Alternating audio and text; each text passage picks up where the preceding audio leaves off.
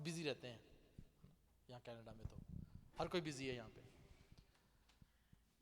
और ये बड़ी मुबारक बात है कि परमेश्वर की हजूरी में हम परमेश्वर के साथ मिल सकते हैं और परमेश्वर के वचन को हम सीख सकते हैं। ये बहुत मुबारक समय है और मैं चाहता हूँ कि इस समय का हम बिल्कुल सदुपयोग करें, सही तरह से उपयोग करें, खुदा के कलाम को सीखें। आज का जो कलाम है मैं खुदा ने मेरे को दिया, मैं दिल से चाहता हूँ कि ये कलाम आप सारी ज़िंदगी ना भूलें और मैं भी ना भूलूं इस कलाम को।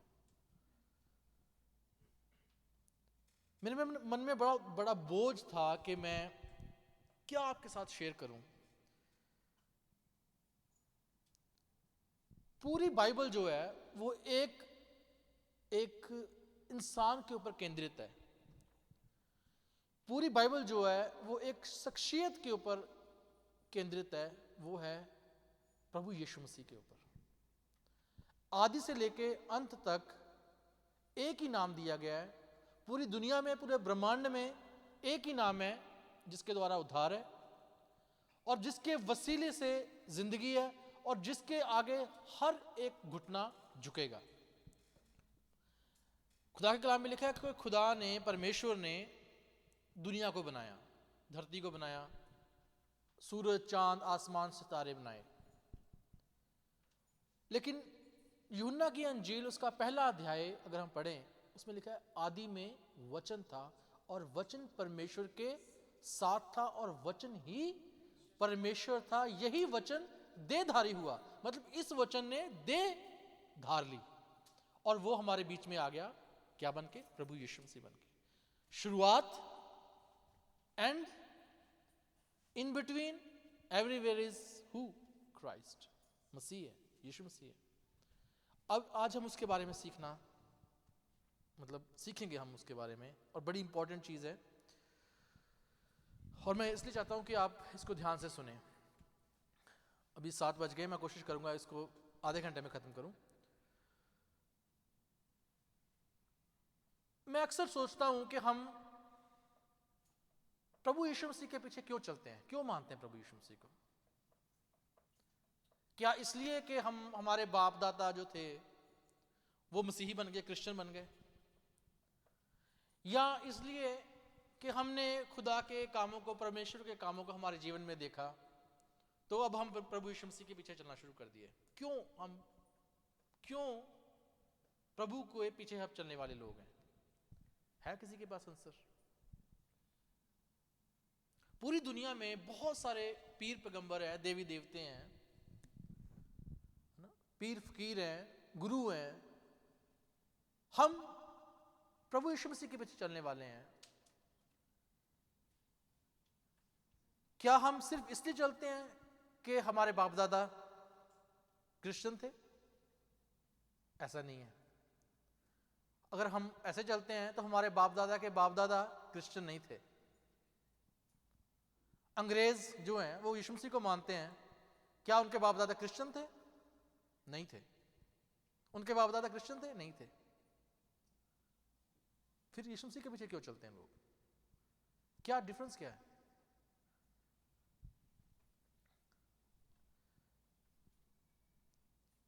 आज की डेट में बहुत ज्यादा परमेश्वर का काम हो रहा है, बहुत सारे लोग बदल रहे हैं परमेश्वर के कामों को देख के। मैं ऐसा बोलता हूं, कोई इंसान प्रभु यीशु मसीह के पीछे नहीं चल सकता जब तक वो प्रभु के कामों को ना देख ले। अगर हमारे जीवन में परमेश्वर ने कोई काम किया है तो हम प्रभु के पीछे चलेंगे, ये फैक्ट है। अदरवाइज पीढ़ी दर पीढ़ी वाला काम है, ठप्पा लगा लो, नाम बस। अगर परमेश्वर ने आपके जीवन में काम किया है तो ही आप चलोगे, आपके बच्चे भी तो ही चलेंगे। नहीं तो दुनिया और दुनिया की चीजें जो हैं और दूसरे रिलीजन जो हैं वो खींचते हैं इंसान को पीछे। जब परमेश्वर का काम हमारे जीवन में होगा तब हम परमेश्वर के साथ चलेंगे, तब हम प्रभु को फॉलो करने वाले बंदे बनेंगे। मैं अक्सर मतलब सोच रहा था इस बात के बारे में कि जितना हमें ज्ञान है प्रभु यीशु मसीह के बारे में, क्या वो ठीक है? मतलब हम प्रभु यीशु मसीह के बारे में बाइबल में पढ़ते हैं, खुदा के कलाम में पढ़ते हैं। मैं एक किसी मतलब जगह सीख रहा था इस चीज़ को, सबसे ज़्यादा पूरे वर्ल्ड में जो बुक्स लिखी गई हैं वो प्रभु यीशु मसीह के बारे में लिखी गई हैं। स्क्रिप्चर्स, हिस्ट्री जो लिखी गई है वो प्रभु यीशु मसीह के बारे में लिखी गई है। सबसे ज़्यादा रिसर्च जो की गई है वो प्रभु यीशु मसीह की होंद के बारे में क्या की गई, क्या वो सच में प्रभु था या नहीं, या वो झूठा क्लेम था ना? या वो झूठा क्लेम था। ओके, मैं इसके बारे में जब सोचता हूं तो मेरे को उसका सिंपल एक आंसर मिलता है। वो ये है कि कोई इंसान प्रभु के पीछे नहीं चल सकता जब तक खुदा उसको खींच ना ले और जब तक उसने परमेश्वर के कामों को अपने जीवन में ना देखा हो। अगर हम परमेश्वर के कामों को अपने जीवन में देखेंगे तभी मसीह के पीछे चलेंगे। क्यों? क्योंकि मसीह के पीछे चलना आशीष तो है, लेकिन एक बात और लिखी है, सफरिंग भी है, क्रॉस भी है। कौन बंदा फालतू में किसी के पीछे चल के खुद दुख की जीवन को जिए, है ना? प्रभु ने क्या बोला? जो मेरे पीछे आना चाहे वो क्या उठाए? अपनी सलीब उठाए। अब सलीब हम गले में डालते हैं, कारों में टांगते हैं। सलीब एक्चुअली कोई अच्छी चीज नहीं है। सलीब मौत को दिखाती है, दुख को दिखाती है, पीड़ा को दिखाती है। तो हम प्रभु की सलीब को उठाने वाले लोग, मतलब हम हर दिन अपनी कई इच्छाओं को मारते हैं। ये फैक्ट है। हम हर दिन अपनी कई इच्छाओं को मारते हैं। फिर हमने प्रभु के बारे में जो सुना है, क्या वो सही सुना है कि वो कौन थे? जो हमने पढ़ा है, अगर आप, मैं एक खुदा के सेवक को सुन रहा था तो वो बोल रहे थे कि अलग अलग लोगों का, अलग अलग इंसानों का प्रभु यीशु मसीह के बारे में अलग अलग नजरिया है। कुछ लोग कहते हैं कि प्रभु यीशु मसीह जो है वो सिंपल इंसान थे, जैसे वो दुनिया में पैदा हुए फिर मर गए, उनका कोई पता नहीं। कुछ कहते हैं भी वो आए, वो मरे, और जिन्होंने उनको देखा स्वर्ग में जाते हुए तो उन्होंने आगे बुक्स लिख दी। अब हमने तो देखा नहीं। आपने देखा प्रभु यीशु मसीह को? चलो मैंने देखा, हमने तो देखा नहीं। हमने तो देखा नहीं प्रभु यीशु मसीह को। अब बिना देखे किसी के ऊपर विश्वास करना, सुनी सुनाई बातों के ऊपर कौन करता है ऐसे? मैं उसको आपको आंसर देता हूं। जितनी रिसर्च प्रभु यीशु मसीह के बारे में हुई है, क्रॉनिकल्स ऑफ नार्निया, आपने सब काफी लोगों ने मूवी देखी होगी, है ना? उसका जो राइटर है C.S. लुइस, वो लिखते हैं कि 4 बातें हो सकती हैं प्रभु यीशु मसीह के बारे में। पहली बात यह है कि वो झूठ बोलता था, झूठा था। मैं बिल्कुल फ्रैंक बता रहा हूं आपको, वो झूठ बोलने वाला बंदा था, झूठ बोला उसने। दूसरी बात यह है कि वो दिमागी तौर से परेशान था। जो वो क्लेम कर रहा था कि मैं प्रभु हूं, मैं मसीह हूं, मैं खुदा हूं, वो दिमागी तौर से परेशान हो सकता है। पहला बात, वो झूठ बोल रहा है, लोगों को गुमराह कर रहा था। दूसरी बात हो सकती है कि वो दिमागी तौर से परेशान था। तीसरी बात हो सकती है कि वो एक लीजेंड था, कि उसके पीछे जनता पागलों की तरह भागती थी। 5,000 10,000 लोग उसके पीछे ऐसे चलते थे। वो लीजेंड था, मतलब उसके में एक अट्रैक्शन थी कि वो लोगों को खींचता था, लीजेंड। और चौथी बात हो सकती है कि वो सचमुच प्रभु था। इसके अलावा कोई बात नहीं हो सकती। अगर प्रभु यीशु मसीह के कोई बाबा बोल रहा था कि प्रभु के पीछे चलने वाले सिर्फ 12 लोग थे, 12 नहीं थे, और वो कह रहा था उसमें से एक नहीं होता, उसे पकड़वा भी दिया, 12 में से थे, तो उसके पीछे तो कोई भी नहीं था। ऐसे नहीं, प्रभु के पीछे हजारों हजार भीड़ चलती थी। खुदा के कलाम में लिखा है, हेरोदेस उसको देखना चाहता था। राजा हेरोदेस, राजा प्रभु को देखना चाहता था। उसके मन में इच्छा थी। जब प्रभु को पकड़ा गया तो वो लिखा, वो उसे आनंद के साथ मिला, देखना चाहता था उसको कि वो कौन है। ऐसा नहीं था उसके पीछे 12 लोग नहीं थे, हजारों हजार थे, पता भी नहीं कितनी गिनती थी। तो पहली बात तो ये हो सकती है कि वो झूठे थे। अब अगर वो झूठा था तो जो उसके पीछे चलने वाले थे, उनकी आप हिस्ट्री को पढ़ें, उनकी मौत कैसे हुई। सारे बलिदान कर दिए गए, सब सबका बलिदान हुआ, एक भी यूहन्ना को छोड़ के कोई नेचुरल मौत नहीं मरा। सिर्फ यूहन्ना जो था प्रभु का चेला, वो सिर्फ नेचुरल मौत मरा, अपने पूरी जिंदगी मतलब हंडा के बुढ़ापे में।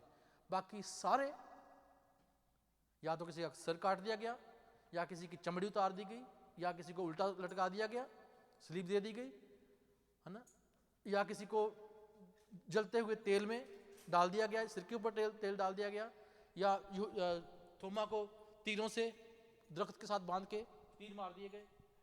अलग अलग तरीके से प्रभु के चेलों को मार दिया गया।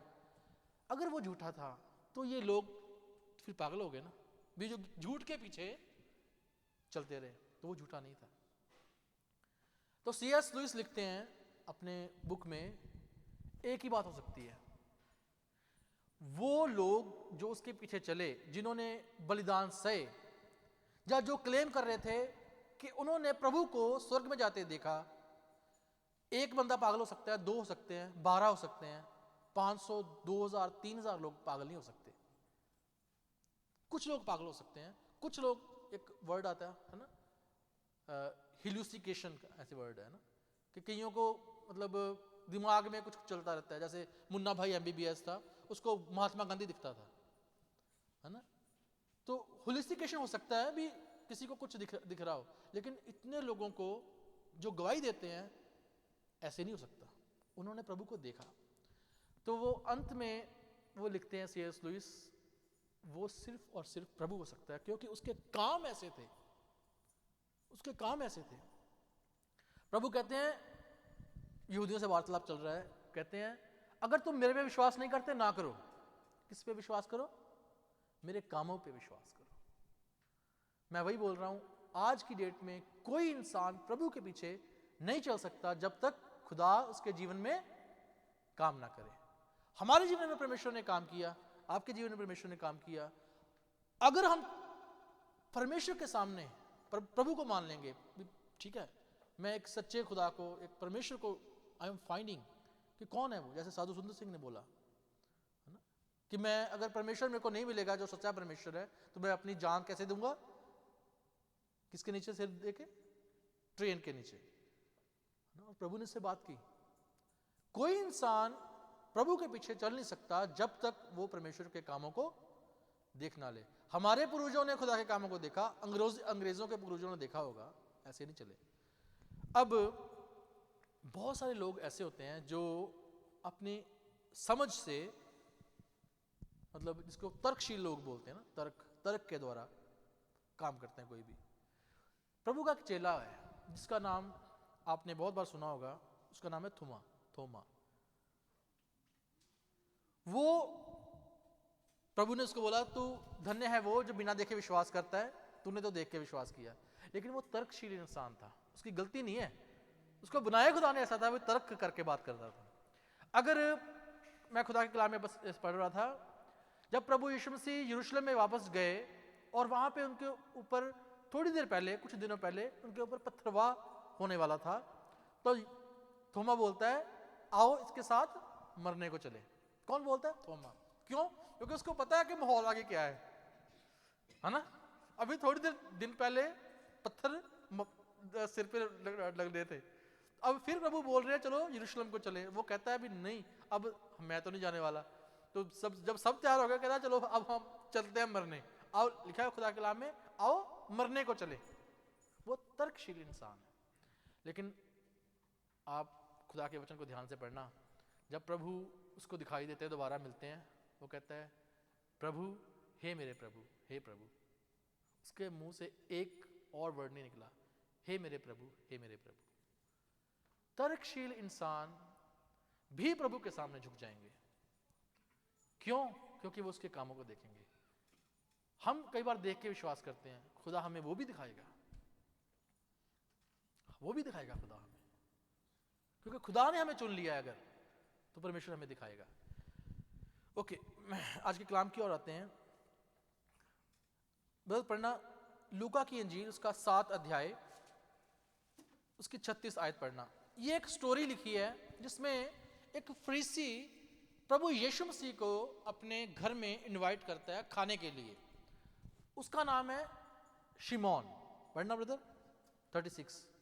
फिर किसी फरीसी ने उससे विनती की कि वह उसके साथ भोजन करे।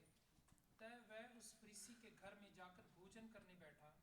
उस नगर की एक पापिनी स्त्री पर यह जानकर कि वह फरीसी के घर में भोजन करने बैठा है, संगमरमर के पात्र में इत्र लाई और उसके पाँव के पास पीछे खड़ी होकर रोती हुई उसके पाँव को आंसुओं से भिगोने और अपने सिर के बालों से पोंछने लगी और उसके पाँव बार बार चूमकर उन पर इत्र मला। Thank you.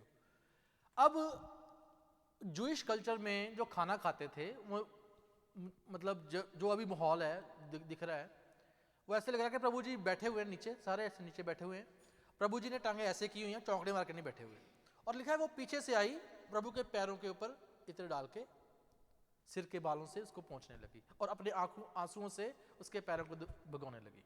जो मेरे को लगता है पढ़ने से, अगर वो चौकड़ी मार के बैठे होते तो पांव तो नीचे होते, वो ऐसे नहीं बैठे, पैर पीछे हैं उनके।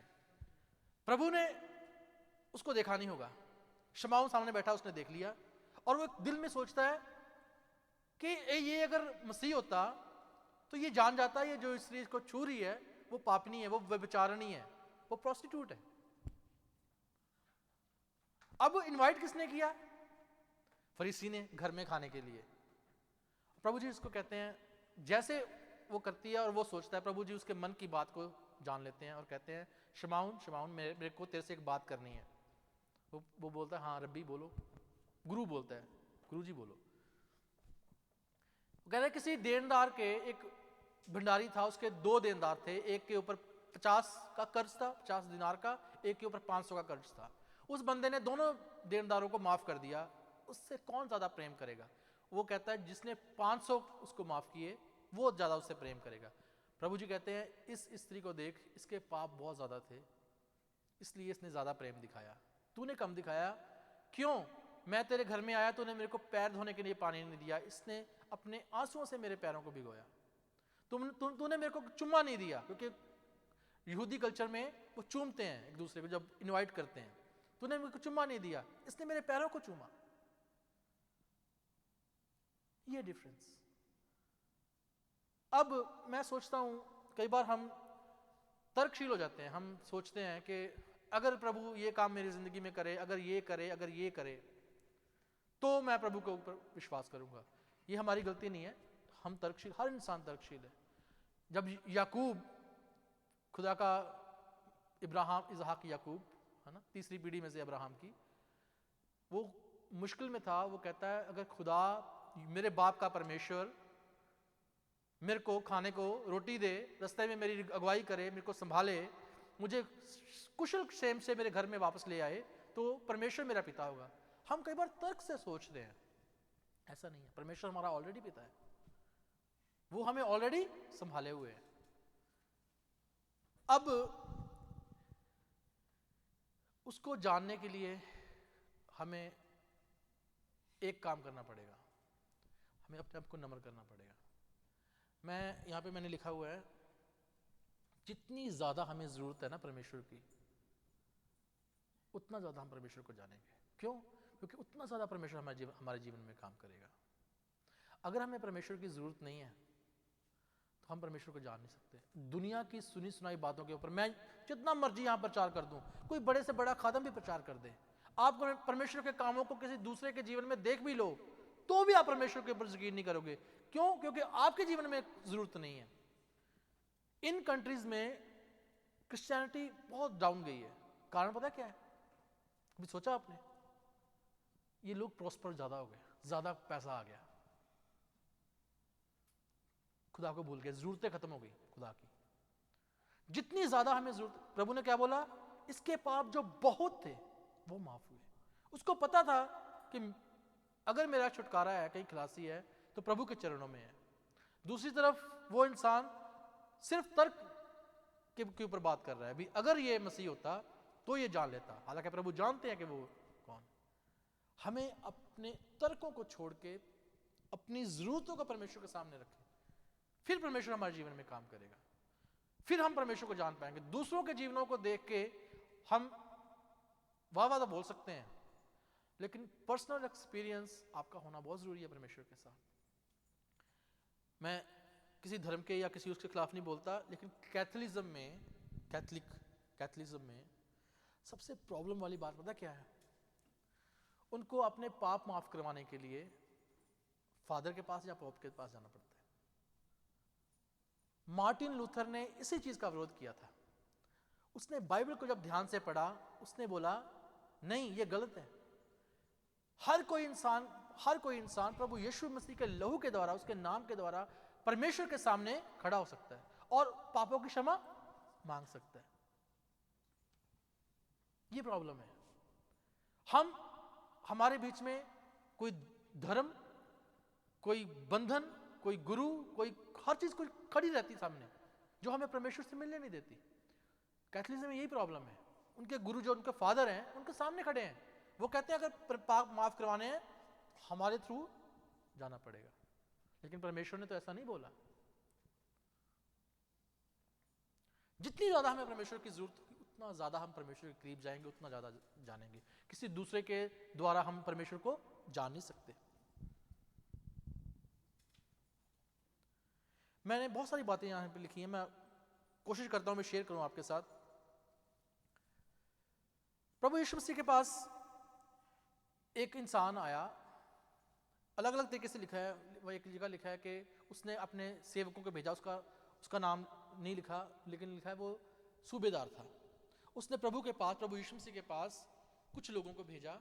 वहां पे लिखा है यहूदियों के पुरनियों को भेजा कि उसका जो नौकर था उसको लकवे का मरीज था, मरने पर था। प्रभु को भेजा कि उनको भेजा कि प्रभु से बोलो कि वो आए मेरे घर में और मेरे सेवक के ऊपर हाथ रख के उसको चंगा करे। और प्रभु जी अभी जाने ही वाले हैं तो साथ में दूसरे लोग आ जाते हैं। वो कहता है कि मैं इतने योग्य नहीं हूं, मैं पापी मनुष्य हूं, तू मेरे घर में आएगा, मैं कष्ट ना दे, वहीं से बोल दे कि मेरा नौकर चंगा हो जाए, वो चंगा हो जाएगा। मैं इसके ऊपर मनन कर रहा था। सेंचुरियन ने, उस सूबेदार ने देखा होगा खुदा के काम को, सुना होगा, देखा नहीं तो सुना तो होगा ही। और वो कहता है कि मैं एक प्रधान इंसान हूं, मैं एक ऑफिसर हूं, और जो मैं अपने नौकरों से कहता हूं वो करते हैं मेरे कहने के अनुसार। तू भी बोल दे तो मेरा नौकर चंगा हो जाएगा। अब उसमें एक बात है, उसमें कुछ यहूदी उसको बोलते हैं कि प्रभु तू जा, गुरुजी चलो उसके घर, क्योंकि वो बंदा बहुत चंगा है, उसने हमारे मंदिर को भी बनाया, उसने पैसे दिए हैं उसने। वो उसको अप्रोच कर रहे हैं, सिफारिश डाल रहे हैं प्रभु को। मैं सोच रहा था कि प्रभु का दिल कैसा होगा अगर कोई इंसान प्रभु के से गुजारिश कर रहा है कि मेरे घर में आओ और मेरे नौकर को, या मेरे जैरस ने बोला मेरी बेटी को चंगा कर, है ना। तो खुदा के कलाम में लिखा है कि प्रभु जी अभी कहते मैं आऊंगा और चंगा करूंगा, है ना। कभी प्रभु ने किसी को मना नहीं किया। कारण क्या था? उनका स्वभाव ऐसा था। अगर हम प्रभु को बोलेंगे हमारे साथ चल, उसके जीवन में, प्रभु यीशु मसीह के जीवन में हमें वो सारी बातें दिखाई देती हैं जो उन्होंने बोला मुंह से। प्रभु ने क्या बोला? जो तेरे को 1 मील जबरदस्ती लेके जाए उसके साथ 2 मील चला जा। तो अगर प्रभु, सेंचुरियन जो है वो यहूदी नहीं है, यहूदी जो लोग थे वो गैर यहूदियों के घर नहीं जाते थे, उनका सिस्टम अलग था। इसलिए प्रभु यीशु मसीह ने सामरी औरत को भी बोला, सामरी औरत ने प्रभु यीशु मसीह को बोला, क्या बोला? वहां लिखा है कि यहूदी सामरियों के साथ कोई वार्तालाप नहीं करते थे, बात नहीं करते थे। और प्रभु कहते हैं मेरे को पानी पिला, सामरी स्त्री को, और वो कहती है तो यहूदियों को मेरे से पानी क्यों मांगते हैं? यही हाल सेंचुरियन का है, सूबेदार का है। लेकिन प्रभु कहते हैं मैं आऊंगा। क्यों? क्योंकि प्रभु की शिक्षा ये थी। मत्ती की इंजील उसकी में पढ़े, प्रभु कहते हैं अगर तेरे को कोई 1 मील लेके जाए उसके साथ 2 मील चल। जो प्रभु ने बोला वो उसके जीवन में हमें दिखता है। मैंने कुछ बातें लिखी हैं, थोड़ी सी इंपॉर्टेंट है लेकिन काफी ज्यादा है, मैं इनको खत्म करने की कोशिश करूंगा। मत्ती की इंजील उसका 5 अध्याय उसकी 27 आयत। प्रभु ने बोला व्यभिचार ना करना। एक बार एक डिस्कशन चल पड़ी, कॉलेज की बात है, मुझे याद है। उसमें एक क्वेश्चन था कि प्रभु यीशु मसीह ने शादी क्यों नहीं की।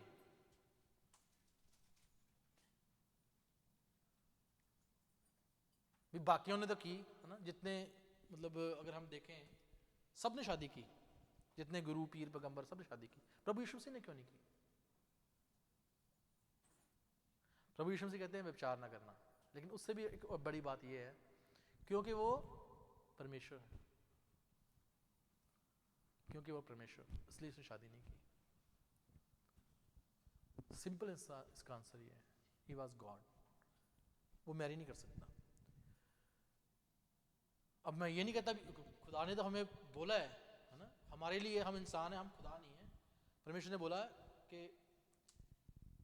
तुम बढ़ो फूलो और पूरी दुनिया को भर दो, है ना, वो हमारे लिए है, खुदा के लिए नहीं है। मत्ती की इंजील 5:33 वहां लिखा है तुम शपथ ना खाना, ना पृथ्वी की, ना धरती की, ना आसमान की, कहीं की शपथ ना खाना। मैंने बाइबल में कहीं नहीं पढ़ा प्रभु ने शपथ खाई हो। जो प्रभु यीशु मसीह ने बोला उसके जीवन में हम उसको पूरा होता हुआ देखते हैं, इसलिए हम प्रभु को मानते हैं। इसलिए उसके चेलों ने जो बातें प्रभु में देखी थी उनको उन्होंने बोला भी नहीं, वो जो इंसान था वो सिंपल इंसान नहीं था। इसलिए पतरस कहता है प्रभु तुझे छोड़ के कहां जाएं, जीवन की बातें तो तेरे पास हैं। मत्ती 5:39 प्रभु ने बोला बुराई का सामना मत करो, अगर कोई तुम्हारे साथ बुरा करता है उसको रेसिस्ट नहीं करना, अगर कोई तेरे एक गाल पे थप्पड़ मारे उसकी ओर दूसरा फेंक दे। प्रभु ने किया, वहां लिखा है खुदा कलाम में, वो गाली सुन के गाली नहीं देता था बल्कि अपने आप को और ज्यादा हलीम करता था। कौन लिख रहा है? प्रभु यीशु मसीह के जाने के बाद उसका चेला लिख रहा है, कई सालों के बाद प्रभु यीशु मसीह के जीवन में जो उसने देखा। मत्ती 5:41 ये मैं ऑलरेडी बोल चुका हूं, अगर तेरे को कोई 1 मील लेके जाए जबरदस्ती तो दोस्त के साथ 2 मील चल जा। और प्रभु के पास जो भी आया खुदा बोलते हैं मैं आता हूं, मैं आता हूं, ठीक है। मत्ती 5:43 प्रभु कहते हैं अगर तुम अपने पड़ोसियों के साथ ही प्रेम करते हो तो कौन सी बड़ी बात करते हो, दूसरे लोग भी तो यही करते हैं। मजा तो तब है अगर तुम अपने दुश्मनों के साथ प्रेम करो। सलीब के ऊपर प्रभु यीशु मसीह के 7 कलमों में से एक कलमा है, हे पिता इन्हें क्षमा कर क्योंकि ये नहीं जानते ये क्या करते हैं। मत्ती 6:5 do not pray like hypocrites, कपटियों के समान प्रार्थना मत करो। प्रभु ने कैसे प्रार्थना की? खुदा कलाम में लिखा है कि वो सारी रात पहाड़ पर जाके एकांत में, लिखा है सॉलिडेटरी, एकांत में प्रार्थना किया करता था। ये प्रभु का स्टाइल था, जो प्रभु ने बोला वो किया। मत्ती 6:16 जब तुम उपवास करो तो कैसे उपवास करना है? तुम्हारे मुंह पे उदासी ना छाई रहे ताकि लोग तुम्हें धर्मी ना जाने, लेकिन पिता तुम्हारा तुम्हें धर्मी जाने। प्रभु ने कैसे फास्ट किया? लिखा है वो 40 दिन और 40 रात निराहार रहा। कहां पे? बियाबान में, अलग जाके। मत्ती 6:19 ये बड़ी इंटरेस्टिंग बात है, अपने लिए धरती पे धन इकट्ठा मत करो। अब प्रभु ने अपनी जो थैली थी, अगर वो धन इकट्ठा करना होता तो थैली अपने पास रखता या अपने खास बंदे के पास रखता है। प्रभु पता किसके पास थैली थी? यहूदा इस्करियोती के पास। वहां लिखा है कि वो उसको चुराता था। यहां भी लिखा है अपने लिए धरती पे धन इकट्ठा मत करो। ये प्रभु का स्टाइल है। ठीक है, प्रभु को जरूरत थी पैसे की, है ना, टैक्स भी देना था। वहां पे लिखा है टैक्स देने के लिए पैसे बोला उन्होंने उनको।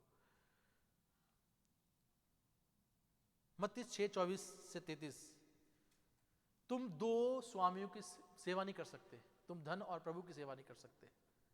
प्रभु ने क्या बोला?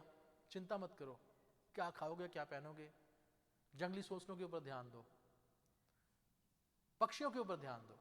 और वो सारी बातें, चिंता ना करने की सारी बातें प्रभु के जीवन में पूरी हुई है। खुदा ने बोला लोमड़ियों के तो भट्ट और आकाश के पक्षियों के बसेरे हैं, लेकिन मनुष्य के सिर ढकने के लिए जगह नहीं है। किसके लिए बोला? अपने लिए बोला। लेकिन खुदा प्रभु के जीवन में चेलों ने वो बात देखी, तभी वो उसके पीछे चले। राइट। मत्ती 7:1, डू नॉट जज, दोष मत लगाओ। अब ये बात ऐसे है, यहूदी प्रभु यीशु मसीह के साथ वाद विवाद कर रहे हैं। मतलब वाद विवाद मतलब तू मैं चल रही है वहां पे। और यहूदी प्रभु यीशु मसीह को कहते हैं मत्ती की इंजील 8:15 में कि तेरी गवाही सच्ची नहीं है, तू अपनी गवाही आप देता है। क्यों? क्योंकि यहूदियों की प्रथा ये थी कि एक मनुष्य के लिए अगर किसी ने गवाही देनी है 2 या 3 गवाह होने चाहिए। तो वो यहूदी कहते हैं प्रभु यीशु मसीह को तेरी गवाही सच्ची नहीं है क्योंकि तू अपनी गवाही आप देता है। प्रभु कहते हैं नहीं, मेरी गवाही सच्ची है क्योंकि मैं तो देता ही देता हूं, एक और है पवित्र आत्मा, वो भी मेरी गवाही देता है, मेरे काम भी मेरी गवाही देते हैं, और मेरा पिता जो स्वर्ग में है वो भी मेरी गवाही देता है, इसलिए मेरी गवाही सच्ची है। फिर प्रभु कहते हैं तुम दुनिया की रीति के अनुसार न्याय करते हो, मैं किसी का न्याय नहीं करता। वो यहां पे बात पूरी होती है। हम कई बार अगर किसी के जीवन में कुछ परेशानी चल रही है तो हम अपने मन में कुछ ऐसा उसके लिए सोचना शुरू कर देते हैं भी इसने जरूर कोई गलती की होगी, हम न्याय कर देते हैं उसका ऑलरेडी। प्रभु कहते हैं मैं दुनिया की रीति के अनुसार न्याय नहीं करता। यहां पे लिखा है डू नॉट जज, दोष मत लगाओ, न्याय मत करो। प्रभु ने वैसा ही किया। मत्ती 7:1, पवित्र वस्तु कुत्तों को ना दो और ना अपने मोती सूरों के आगे फेंको। चेले प्रभु से पूछते हैं कि तू दृष्टांतों में इनसे बातें क्यों करता है? प्रभु कहते हैं ताकि वो देखते हुए ना देखें और सुनते हुए भी ना सुने। कारण क्या लिखा है? क्योंकि इनके मन कठोर हैं। ये आंसर है उसका, क्योंकि इनके मन कठोर हैं।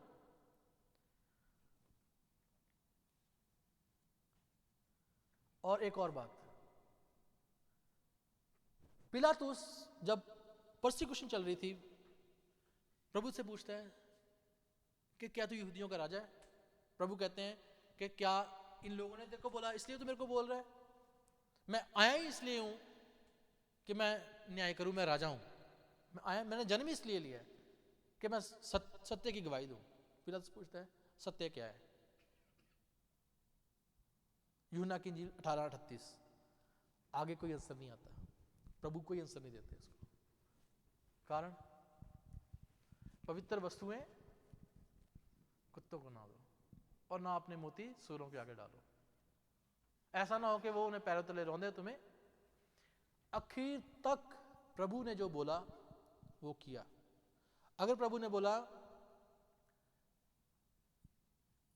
अगर तेरी गाल पे एक कोई थप्पड़ मारे दूसरा भी फेंक दे, तो खुदा के कलाम में लिखा है कि उन्होंने उसकी दाढ़ी नोच दी, उसके सिर के ऊपर कांटों का ताज पहना दिया और उसने उनको आगे से कुछ नहीं बोला।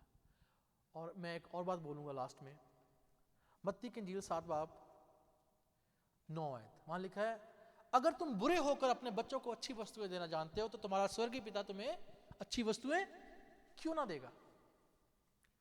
प्रभु कहते हैं मैं जाता हूं, मेरा जाना तुम्हारे लिए अच्छा है। क्यों? अगर मैं जाऊंगा तो तुम्हारे लिए पवित्र आत्मा भेजूंगा। जो बोला प्रभु ने वो किया। और सिर्फ ये नहीं बोला, साथ में श्योरिटी दी कि जो मैंने काम किए उससे बड़े बड़े तुम काम करोगे मेरे लिए। अब इन सारी बातों के बीच में एक इंसान है, वो है सूबेदार, जिसको ड्यूटी मिली थी कि वो प्रभु यीशु मसीह को सलीब दे, जो पलटन का सरदार था। ड्यूटी किसकी ओर से मिली थी? रोमन हुकूमत की ओर से। उसका काम था प्रभु यीशु मसीह को क्रूसीफाई करना, खत्म करना, जान से मारना। इन सब बातों में सारे तसियों के बाद जब प्रभु यीशु मसीह मरने पर थे और खुदा के कलाम में लिखा है कि प्रभु ने ऊंचे स्वर से अपने प्राण छोड़ दिए, सूबेदार उस सलीब के नीचे खड़ा है और वो प्रभु यीशु मसीह को टंगा हुआ देख रहा है। उसके मुंह से वो ना वो यहूदी है, ना वो क्रिश्चियन है, ना वो बिलीवर है,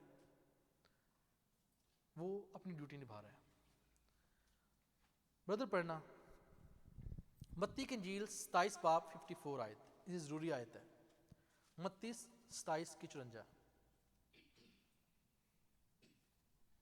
तब सूबेदार और जो उसके साथ यीशु का पहरा दे रहे थे, भूकंप और कुछ हुआ था, उसे देखकर अत्यंत डर गए और कहा, सचमुच यह परमेश्वर का पुत्र था। आमीन। इन सब बातों के बीच सूबेदार देख रहा है कि वो मर गया और धरती कांप उठी, भूमि डोल हुआ। और सूबेदार जब प्रभु यीशु मसीह बोल रहे हैं, हे पिता इन्हें माफ कर, ये नहीं जानते ये क्या कर रहे हैं, सूबेदार वहीं खड़ा है। जब प्रभु अपने पिता से बात कर रहे हैं, हे पिता तूने मुझे क्यों छोड़ दिया, सूबेदार वहीं खड़ा है। पैड़ा देने वाले वही खड़े हैं। उसने सुना होगा ये बंदा ये बातें बोलता है। आज उसने देखा। कब देखा? जब वो मौत के करीब है। उसने देखा होगा कि उसको जो मेरे सिपाही हैं, जो मेरे अंडर सिपाही हैं, वो परसिक्यूट कर रहे हैं, वो आगे से कोई रिप्लाई नहीं कर रहा। खुदा के कलाम में लिखा है कि वो जैसे भेड़ वध होने के लिए जाती है, वो वैसे चला गया उसके साथ, बिना रेसिस्टेंट, बिना किसी मतलब विरोध के उनके साथ चला गया।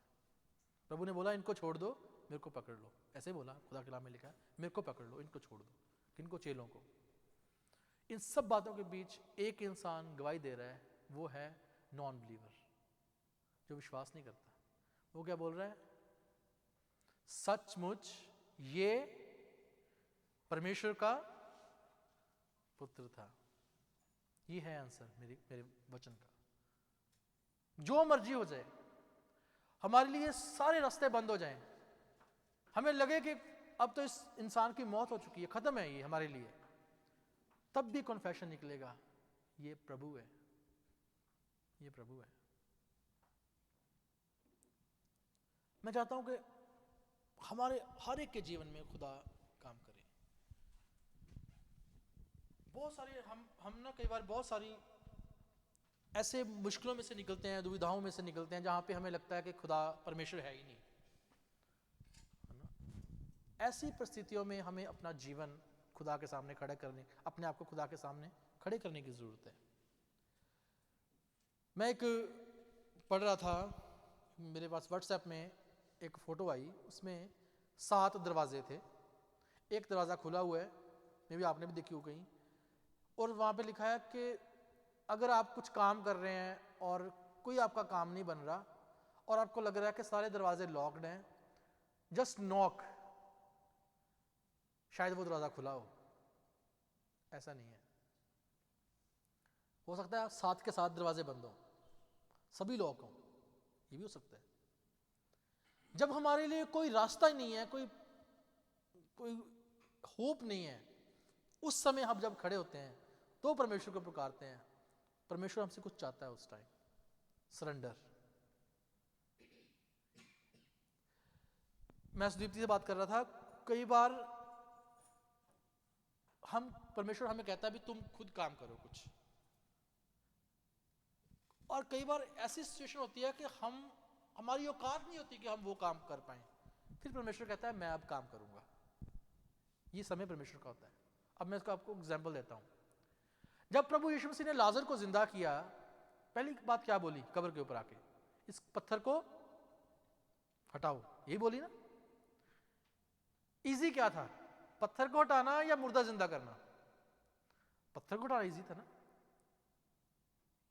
वो प्रभु ने बोला तू कर, खुद इंसान को बोला तू कर। मुर्दे को आवाज लगाई, लाजर कब्र से बाहर आ जा, और लाजर लिखा है वो कफन के साथ कब्र से बाहर आ गया। लोग डर गए देख के उसको। इजी क्या था? पत्थर हटाना। मेरे लिए तो पत्थर हटाना इजी था। मुर्दे को तो सारे लोग जब मरता है तो आवाजें लगाते हैं, उठ जा उठ जा उठ जा, कोई नहीं उठता। 4 दिन के मरे हुए के प्रभु ने आवाज लगाई, बाहर निकल, बाहर आ जा, वो आ गया। लेकिन जब प्रभु की मृत्यु हुई, वहां पे भी पत्थर था प्रभु की कब्र के ऊपर। वो किसने हटाया? लिखा है स्वर्गदूत आया, उसने पत्थर को लुढ़का दिया। कई बार खुदा हमें बोलता है कुछ करने के लिए, कई बार हमारी हैसियत नहीं होती, कोई इंसान नहीं वहां पे हमारी हेल्प के लिए होता, फिर परमेश्वर की सामर्थ वहां पे काम करती है। राइट? हमें, मैं ऐसा नहीं कहता भी हमें कुछ काम नहीं करना, काम करना हमारे लिए खुदा ने मुकर्रर किया है, हमें करना ही करना है, करना ही पड़ेगा। लेकिन कई बार हमारी हैसियत नहीं है कि हम उस काम को कर पाएं। उस समय हम परमेश्वर को पुकारें।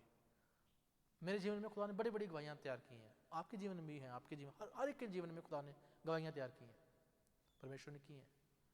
हमारी कई बार हैसियत नहीं होती, हम परमेश्वर से कई बार प्रार्थना करते हैं, प्रभु हमारी हैसियत नहीं है, तू ये काम कर। खुदा उस समय हमारे लिए काम करेगा। तब हमें पता लगेगा कि मसीह जो बोलता है कि मैं हूं सो हूं, वो वही है। He is the God, he is the Lord, वो प्रभु है।